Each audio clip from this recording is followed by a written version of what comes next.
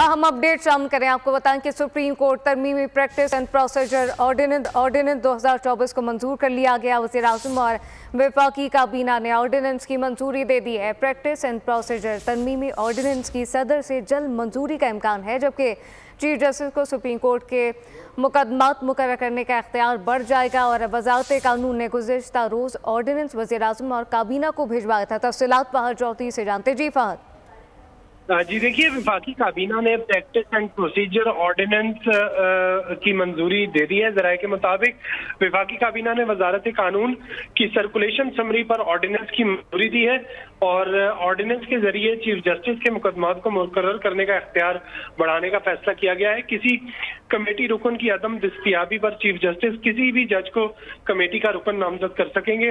Practice and procedure कानून के तहत 3 रुकनी कमेटी बेंचेस की तश्कील का फैसला करती है। जी, सुप्रीम कोर्ट तरमीमी प्रैक्टिस एंड प्रोसीजर ऑर्डिनेंस 2024 को मंजूर कर लिया है। फहद चौधरी अपडेट कर रहे थे, आपका शुक्रिया।